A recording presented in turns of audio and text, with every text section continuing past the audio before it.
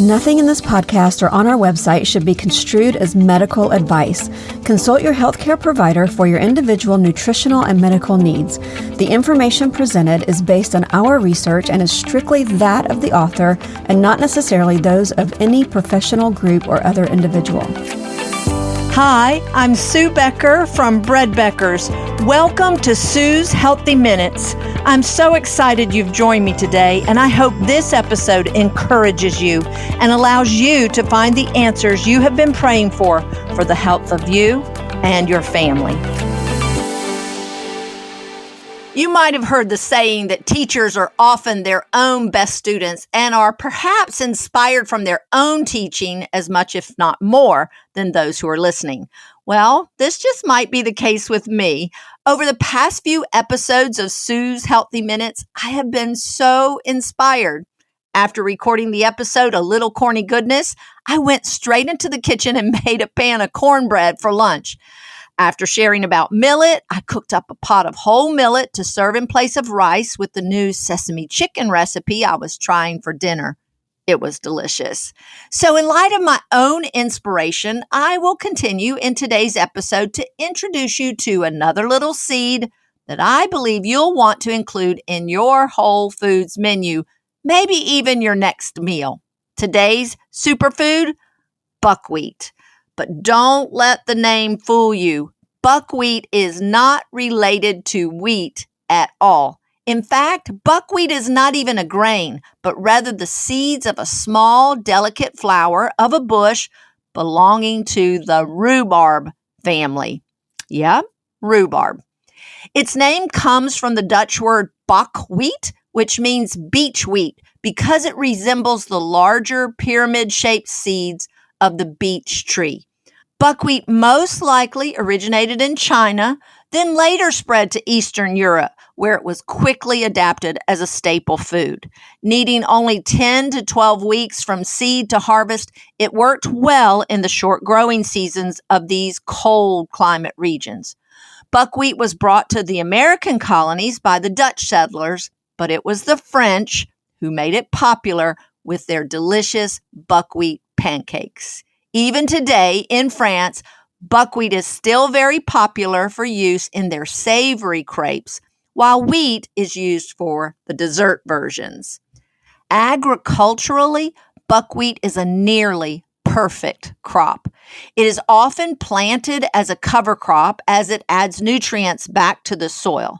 Once the seeds are harvested from the flowers, the plant can simply be cut and left in the field, creating a thick mulch that prevents weed growth. These plant cuttings are often referred to as green manure because as the plants decompose, they add even more nutrients back to the soil. Until more recently, though, buckwheat was mostly grown in the U.S. for cattle feed. It is now, however, grown extensively as a honey source for bees, as buckwheat flowers have a long blooming period. Honeybees love buckwheat flowers and are therefore beneficial for both pollination and producing a delicious honey. Studies have shown that buckwheat honey has some very positive health benefits, especially for persistent and troublesome coughs. In fact, it is found to be more effective than over-the-counter cough medications without any of the harmful side effects. Buckwheat honey used to be more readily available than it is today, but this past year, supplies have been very limited. Though not a grain, buckwheat can be used in similar ways to grain, either milled into flour, boiled whole and eaten, or, like millet, enjoyed raw to add a little crunch to salads or granola. Most buckwheat varieties grown in the U.S. are quite mild in flavor. Since it's not even remotely related to wheat or any grain for that matter, it does not contain the gluten-forming proteins of wheat, making it naturally gluten-free. To make gluten-free yeast-leavened breads using buckwheat flour, some form of starch, such as tapioca starch, will need to be added. You can find a delicious gluten-free yeast bread recipe using buckwheat in my Essential Homegrown Flour book. Buckwheat flour is an excellent choice for making quick breads such as pancakes and muffins, and especially delicious for crepes. Crepes made with buckwheat flour are less delicate than crepes made with wheat flour, so they work very well to use as a wrap or even in the place of a tortilla for meat-filled dishes. Buckwheat flour can easily be used alone in quick breads that do not use yeast as leavening. In fact, it is my preferred gluten-free choice. But if gluten-free is not your goal, you will get a better rise if you mix the buckwheat flour with some wheat flour. I had a dear friend whose son was a true celiac, and she made the most delicious savory muffins using my basic muffin recipe, substituting 1/2 buckwheat flour and 1/2 corn flour for the total flour called for in the recipe. They're delicious. You can find this buckwheat corn muffin recipe along with a buckwheat crepe recipe in my Essential Homegrown Flour book. And of course, you can find my book online at breadbeckers.com with free shipping. The direct link to my book is in today's podcast description. Boiled buckwheat is very popular in Eastern European countries as well as Russia. In a popular dish known as kasha, the buckwheat seeds are lightly toasted before adding the liquid, then simmered until soft to make a delicious porridge. It cooks up very quickly, usually in about 12 to 15 minutes, and the typical ratio is 2 parts water to 1 part buckwheat. And don't forget to enjoy buckwheat raw. You will love its delicious crunch in your next batch of granola or a topping on a delicious salad. No need to soak it, just toss in a small handful.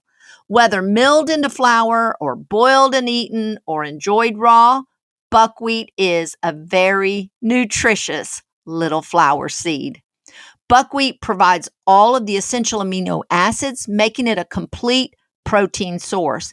And it is particularly high in the amino acid lysine, which is slightly deficient in wheat and in most cereal grains. It is an excellent source of manganese, magnesium, and of course, fiber.